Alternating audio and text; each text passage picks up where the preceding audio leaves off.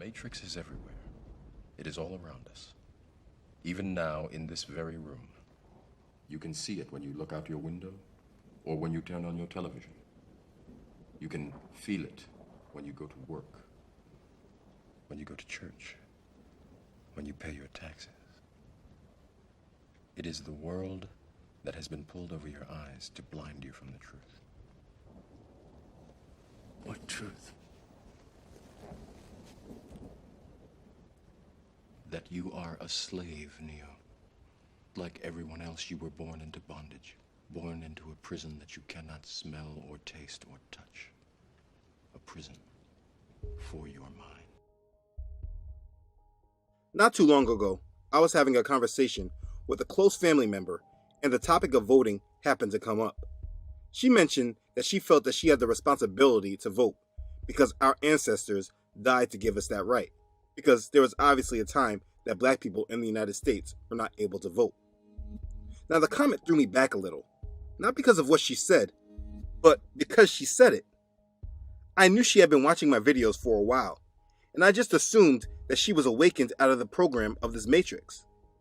But based on her statements, it was obvious that she still was trapped there in certain regards. It made me realize that maybe I did not go far enough into explaining what the Matrix is. In my video on the Matrix, I explained that the Matrix is a world that has been made to purposely deceive you, while at the same time it influences you to contribute satanic energy to help establish a new world order.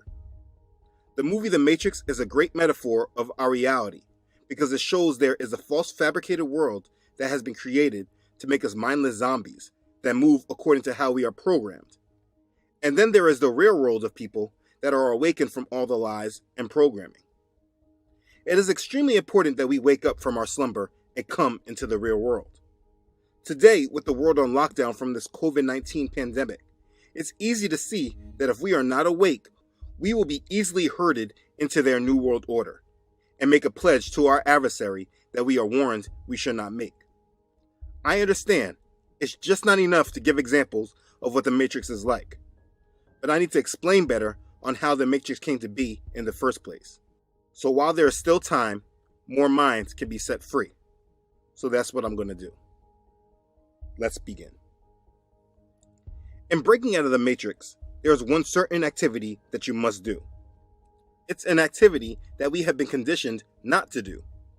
That activity is ask questions. If something does not make sense, then you must ask why, and then work to get the answer. Like in the week of April 17th, the stock market had a steady climb, but yet the whole world is on lockdown and 21 million people are out of work. In the Matrix, the people just see the stock market climbing and say, oh, things must not be that bad. But a question in the real world is, with all of these negative factors, why is the stock market climbing? And then when fishing, you can understand that the Federal Reserve, with all of their money printing, quantitative easing, and asset buying, are injecting money into this market. The stock market is just not real. It's artificial. So I'm not believing in it. At that point, the program they are pushing on you will not work. It started with the simple activity of asking, why?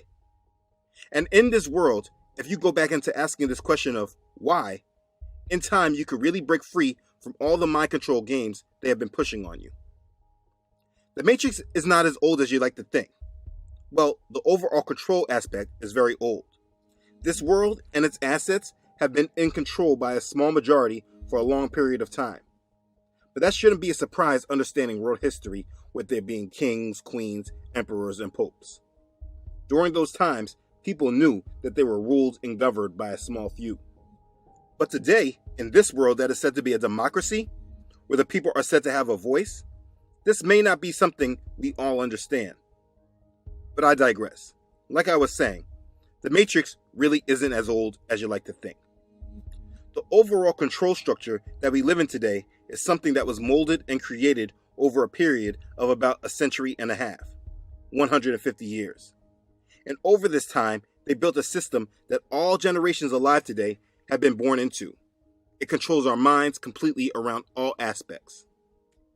Edward Bernays, who once was labeled as the father of public relations, who was named one of the 100 most influential Americans of the 20th century by Life magazine, said this in his 1928 book called Propaganda.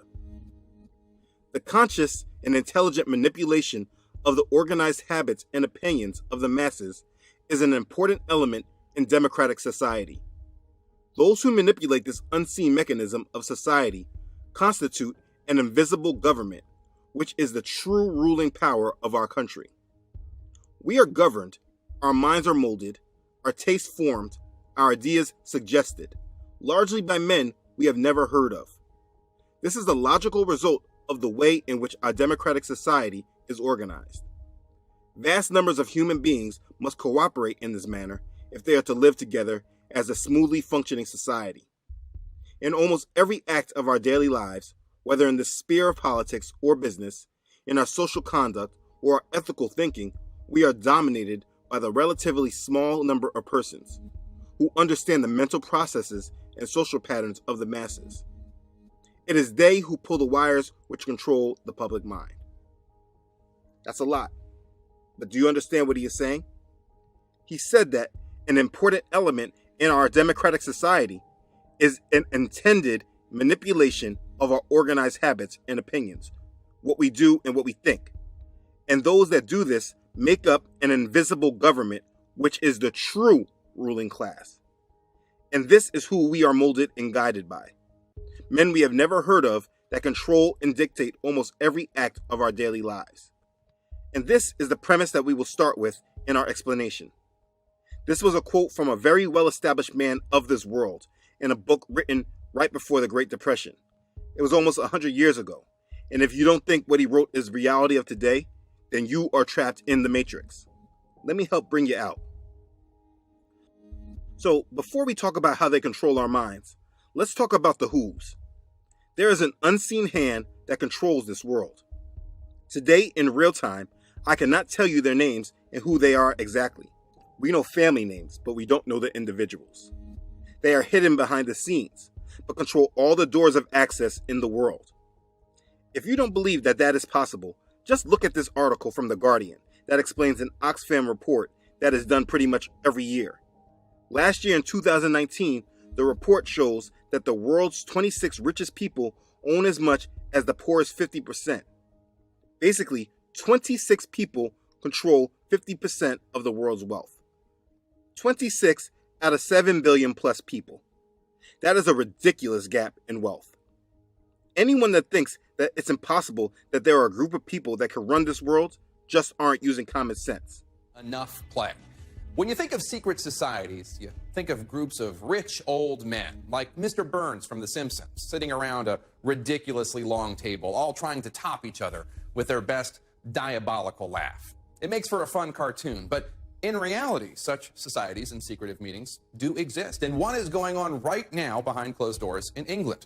The Bilderberg Group is a meeting of the most influential people in Europe and North America. Wall Street investors, business moguls, politicians, royalty, they're all coming together and keeping the media and everyone else out. What are they discussing? What are they plotting? Doesn't the public have a right to know? Well, apparently no, though what they chat about could very well end up impacting your 401k or who knows what else.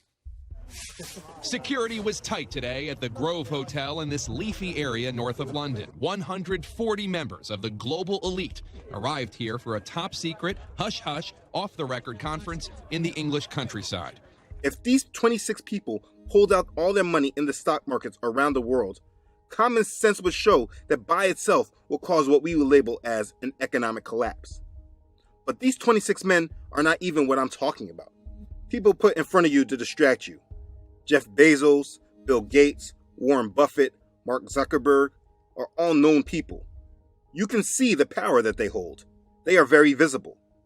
What I said and what Edward Bernays said was there is an unseen hand. Like Bernays said, the true ruling power of our country. We are governed, our minds are molded, our tastes formed, our ideas suggested, largely by men we have never heard of. And so to understand this, we need to go back in time. Now, to really understand the full extent of power, we should go back to the power of the Knights Templar and the gold and power that has been transferred over generations, all the way until we see the rise of the Rothschild dynasty. but they truly need a video by themselves, and right now, I am not led to do one. So I'm starting with the more easier to see power structure that was built in America after the Civil War. This is where we see the Rothschild banks in the United States funding American enterprises. I won't even go into families like the Astors who pretty much own New York City, while we see Astoria in Queens or elite hotels like the Waldorf Astoria. We don't need to go back that far. I won't go into the Vanderbilt Empire who controlled our railroad system, whose Grand Central Station in the heart of Manhattan was built to be a physical symbol of the wealth and power of the Vanderbilt family. You think that the United States government built our railroads and our bridges? No, not in the beginning. What we will talk about are the Rockefeller family, the House of Morgan, and the influence of Andrew Carnegie. Now, I'm not going to give you a full history of these families. There are books you can read, like David Rockefeller's Memoirs, or The Rockefellers, An American Dynasty, or The House of Morgan by Ron Chernow. Reading will always bring you more details, but you can also watch the History Channel series, The Men Who Built America. And that series can give you a somewhat detailed summary of their wealth and power during the late 19th century after the Civil War up until the early 20th century. After the Civil War, these men made business empires that make the Microsofts and Amazons of today seem minuscule. Like in 1913, John D. Rockefeller was worth $418 billion in today's money. Or Andrew Carnegie, who sold his company to J.P. Morgan for $480 million, which would amount to about $300 billion in today's dollars.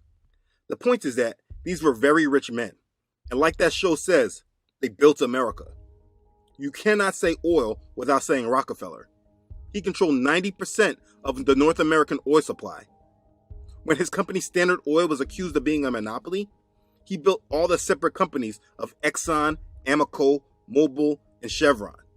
All very separate companies, but all owned and controlled by him and his family. When you say JP Morgan, you of course know banking, but you don't think about companies like General Electric and AT&T and many more. Andrew Carnegie spread what he called the gospel of wealth, basically spending his money to influence society. These were very powerful men. Now let's fast forward to your time in education. For those in the United States, whether it was public or private, how come our education didn't teach us in detail about these men who built all these industries that we can't help but consume? They taught us about the founding fathers and those laws that they passed. They taught us about the American dream and that we can obtain it if we work hard. But why didn't they really explain to us those that really achieved and lived out this American dream? I remember in school, they taught us about the Industrial Revolution, and they taught us things like Ford creating the assembly line, but they never went in depth about the most wealthy men in American history. Now, going back to the main activity I spoke about that we must do to break out this matrix, why do you think that is? I'm not going to answer that yet. Let's just get back to those men. So these men were extremely powerful and wealthy individuals. In an article written by the Federal Reserve Bank of Richmond on the website federalreservehistory.org, it is said about JP Morgan that in an era that lacked a central bank, Morgan sometimes served as a de facto lender of last resort. In 1893, the country experienced a panic sparked by a series of railroad failures and a run on gold. 2 years later, with the economy still struggling and gold reserves dwindling, Morgan organized an international syndicate of bankers to buy gold and sell it to the U.S. government in exchange for U.S. government bonds. During the Panic of 1907, Morgan assembled a group of bankers to provide a $10 million loan to the Trust Company of America, as well as loans to other troubled institutions, and $35 million in loans to the New York Stock Exchange, quelling the panic. The Treasury provided an additional $25 million, and John D. Rockefeller an additional $10 million. Do you see, this information is not hidden? It is admitted that before the creation of the Federal Reserve, J.P. Morgan organized an international syndicate of bankers to reduce the economic panic. He was deemed a lender of last resort. Seems like something we should know. Now, before I get into a major part of their takeover, let's look at the political aspect.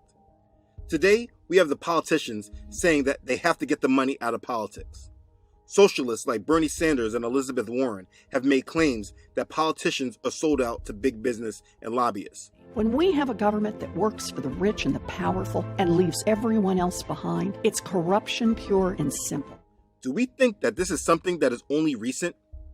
Do we think that the richest men in the country were not buying politicians at the height of their power?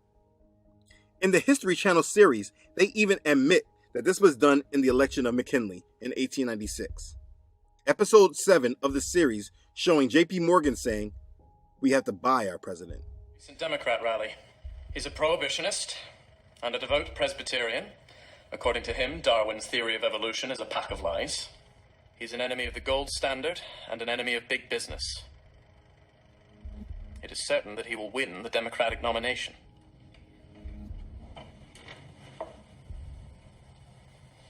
What do you think? The Republican Party has a good candidate. No. We have to buy our own president. The Titans throw their full support behind the candidacy of Ohio Governor William McKinley. Much appreciated. This is McKinley's speech that he'll be giving at the Republican convention.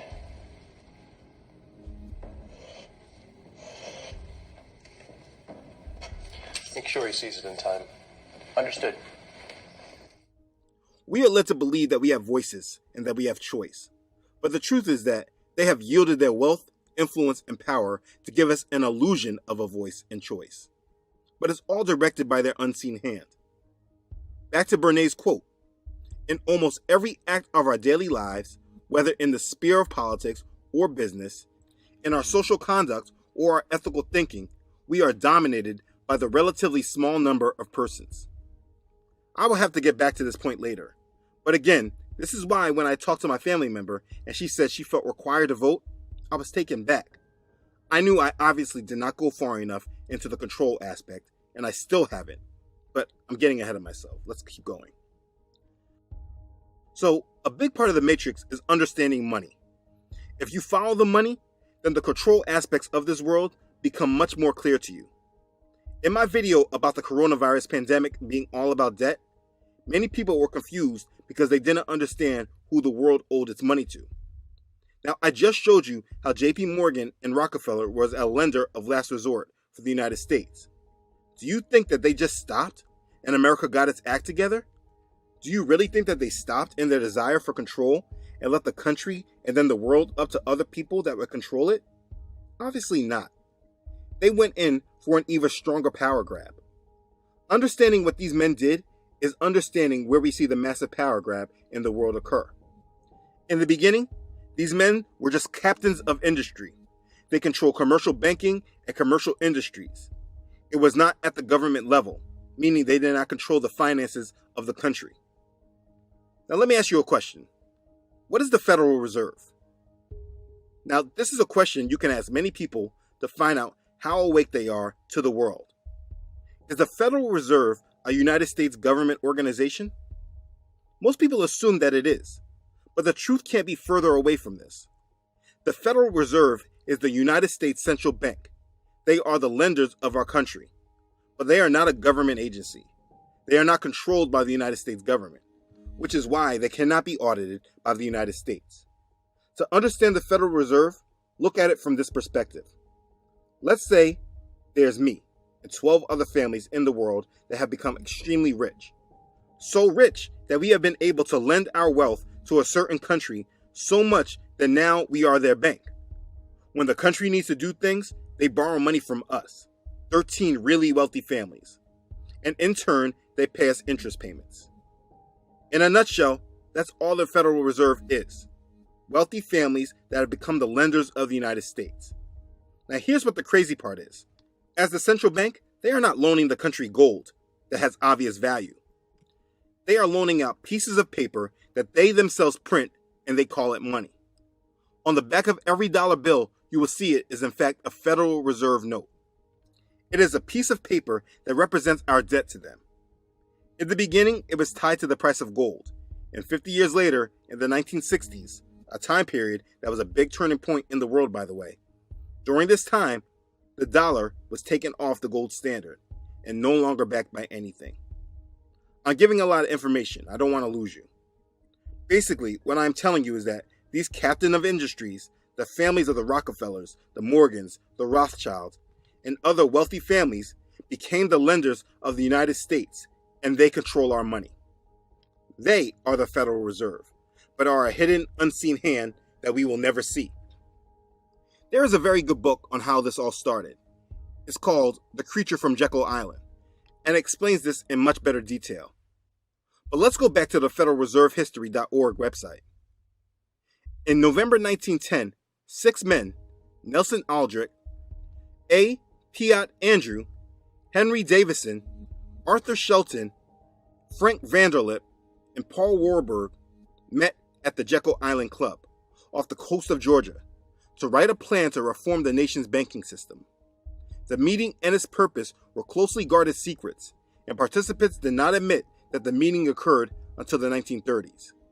But the plan written on Jekyll Island laid a foundation for what would eventually be the Federal Reserve System.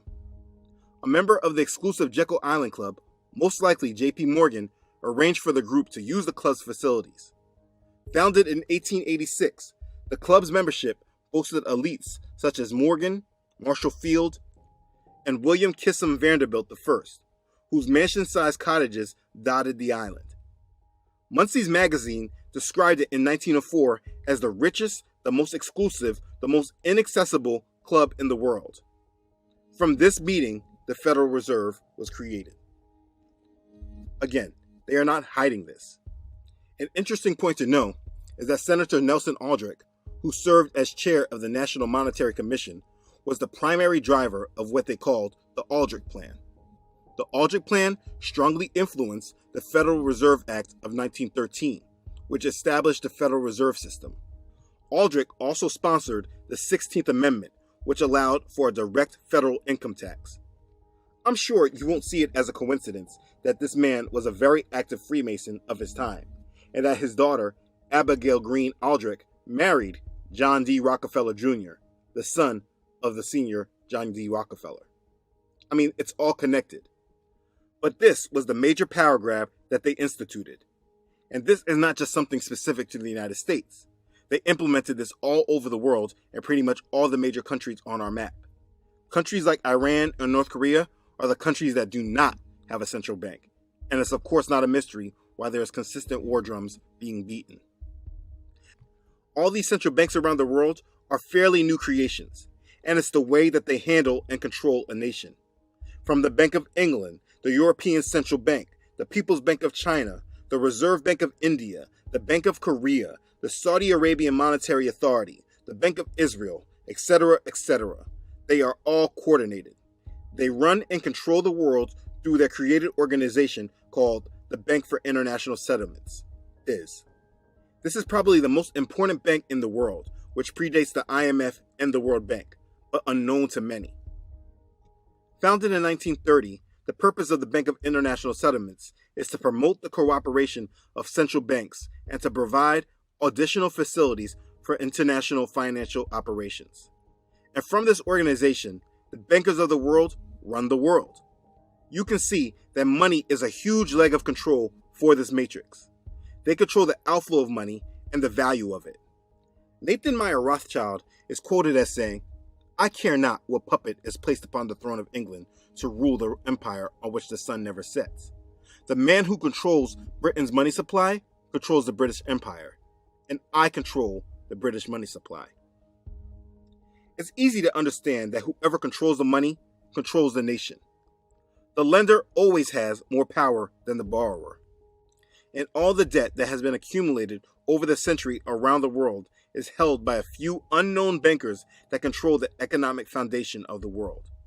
And when you understand this, you understand that the world system can never be fair. It's controlled by a small amount of wealthy families that dictate their will on the rest of the world. Then, as you keep digging, you'll see that you have these same families with enormous wealth that after they gained their stranglehold of power, they then started using their money to start influencing the world. They started giving their money away. It became philanthropists and venture capitalists that began steering the world. And instead of being looked at as rulers, they're praised and looked at as benevolent. and doers of good. For instance, Rockefeller and Carnegie were heavily into funding our education system. Education was an important component of the Rockefeller plan. He established the General Education Board in 1902. According to the Rockefeller Foundation website, the GEB was incorporated in 1903 to foster the promotion of education within the United States of America without distinction of race, sex, or creed. John D. Rockefeller Sr. made an initial commitment of $1 million to the organization, but his contributions quickly grew to $43 million by 1907. The total of these donations marked, at the time, the largest gift to a philanthropic organization in the history of the United States. So during this time, Rockefeller gave the biggest gift in the United States history towards education.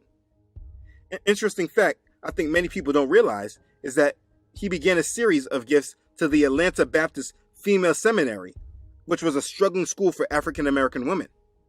As his contributions grew, the school took the maiden name of Rockefeller's wife, Laura Spelman. Yes, Spelman. Similar gifts were soon directed to two other black colleges, the Tuskegee Institute and Morehouse College. These are all Rockefeller institutes. The Rockefeller and Carnegie Foundations stimulated 2/3 of the total endowment funding of all institutions of higher learning in America during the first third of the 20th century. They began the funding of what we know today as public education, guiding our educations and what we know. This is a very deep subject, but understand that if they were already in control of our money and economics, and then our politics, the next grab would be education. Because now you're in control of how generations think and what they want you to know. You create curriculum that teaches the world to know what you want them to know while leaving out their influence and power. I mean, for instance, the central bank is probably the most important part of a nation, and the majority of people living today couldn't really tell you many facts about it. That is not by accident. We can go into their venture capital side and understand their influence in our major companies. They were the first Shark Tanks. They have so much money that they have set up secret trust and secret trust. They can send money to one corporation and give to another and actually be given to themselves. They have foundations like the Rockefeller Foundation, the Rockefeller Brother Fund, Venrock, which was the first investor in Apple. And that's just the Rockefeller family. There's no real limit to how far it all goes. This is really too deep to put it all in one video like this. But I hope you're getting the point. This is really just a small understanding of the financial arm of the matrix. And in order to understand the power and control, you must have a good understanding of this part of it. This matrix is leading us straight to a new world order. And its purpose is to control your mind and lead everyone in the world towards a Luciferian world government. The economic leg of it was all about gaining power and control. There are so many people that really want to argue about this and believe that there is something that they can do about it. That if they obtain the right amount of money or power, that they can change the tides of time. This change maybe could have been prevented before the creation of all the central banks around the world. But they have such a power grab that there's nothing any one of us can do about it. That's why they made documentaries like The Men Who Built America. It's not a secret anymore. There's nothing you can do about it. The only thing that we can do is not be asleep and unaware of them. We can live to make sure that our lives are not being guided in the direction that they desire for us. The world is headed towards a new world order, but that does not mean that we all must be a part of it. The first thing we must do is protect our minds, which is why, if it is possible to homeschool your child, you should. Do not fill your mind with all of their lies and explanations. Don't believe in their politics. They keep showing you that your vote doesn't really matter. Don't follow all these fake civil rights leaders who are already brought and paid for. Don't be influenced and deceived by their created divisions, which are economic, political, and racial. But absolutely be divided by your faith, religiously. If you are a believer in the Son of God, Yahshua HaMashiach, in English tongue, Jesus Christ, you must live for him and for his purpose he has for you. They are against him. Do you remember when Satan tried to tempt Yahshua in the wilderness? One of the temptations found in Matthew chapter 4 was, again, the devil took him up on an exceedingly high mountain and showed him all the kingdoms of the world and their glory. And he said to him, all these things I will give you if you will fall down and worship me. Then Joshua said to him, Away with you, Satan, for it is written, You shall worship Yahweh your Elohim, and him only you shall serve. That's Matthew chapter 4, verses 8 through 10. Joshua overcame this temptation, but there are many other men in the world that have fell for it. John D. Rockefeller felt strongly that his wealth was given to him from God, and he was right. From Satan giving these families all these kingdoms of the world, they have been on a mission to promote a love of this world to you, promoting a dependency upon them and their system, promoting a false understanding of the God we say we love. They have promoted wealth and greed, materialism, and unhealthy fornication with the world that only leads us away from fellowship with the Most High. A lot of people say that they believe in a higher power, but they just don't believe in the God of the Bible. It's time that you review that thought. It's time that you understand these powerful families and their influence in the world that you live in. It's time that you understand their influence in your life and how much power they have yielded without your knowledge. What I explained was very small compared to the overall big picture and the scope of their power and influence. What I hope you have learned from this is that there is an unseen hand that has been guiding the world through control of money and economics, that has spilled over into every other facet of our life. Do not forget that quote from Bernays, and understand that it absolutely applies to today. The Matrix is a time of strong delusion. The Apostle Paul wrote of it in 2 Thessalonians chapter 2. The Matrix is all about bringing about the reign of the lawless one, the one who we know as the Antichrist. The coming of the lawless one is according to the working of Satan, with all power, signs, and lying wonders, and with all unrighteous deception among those who perish, because they did not receive the love of the truth, that they might be saved. And for this reason, Elohim will send them strong delusion that they shall believe the lie, that they all may be condemned who do not believe the truth, but have pleasure in unrighteousness. That's 2 Thessalonians chapter 2, verses 9 through 12. As we dig deep into this world, we can see just how true this really is. And for all of us, it's really about, are you going to receive the truth and be saved, or run and hide from it and be deceived by the lie? You do have a choice, and that's the reason why this video was made. Learn about our Savior. Understand him aside from religion and what you've been taught by all these churches. I know many people will say, yeah, I understood the message until he got to all that religious talk. Don't think like that. Is it possible that there are things about the Bible that you really don't understand? The religion of today will hide that from you. You will see that that's why many scriptures tell you not to love the world and the things of the world, or that whoever loves the world does not have the love of the Father in him, or that whoever is a friend of the world makes himself an enemy of God. Scriptures that if you want to believe that these same elite individuals that control the world also control the Bible, I'm pretty sure they would leave those kind of scriptures out if they were able to. But I digress. The choice is yours, what you believe. For me, I didn't realize how true the scriptures were until I realized how many people at the top worship the devil. And so I felt if the devil was real, then the Jesus of the Bible had to be real as well. And that took me on a long journey of unfolding and unveiling truth. I just wanted to open eyes to the way the real world is. And then I asked that once your eyes are opened, you work to bring your mind out of the matrix and truly live for what matters. You see, he is calling for you, desiring for a relationship with you, if you put away your desire for this wicked world. The only question is, will you answer his call? Please say yes. Be blessed. Okay. Thanks again for watching. If this has blessed you, please make sure to like it and share it. If you haven't done so already, please make sure you subscribe to this channel. Elohim willing, I upload every Friday. Don't forget to follow this ministry on Facebook and Instagram, as well as on my website, truthunedited.com. I really would like to give a special thank you and shout out to all those who have donated and contributed to this ministry. I'm so thankful for the love of our Father, and I thank you for your obedience to his call on your heart. I'm humbled by your support, and I'm very, very thankful for you. You know who you are. Okay, thanks again everyone for watching. Please make our Creator, the Most High, the priority right now. Be ready and be blessed. I love you all.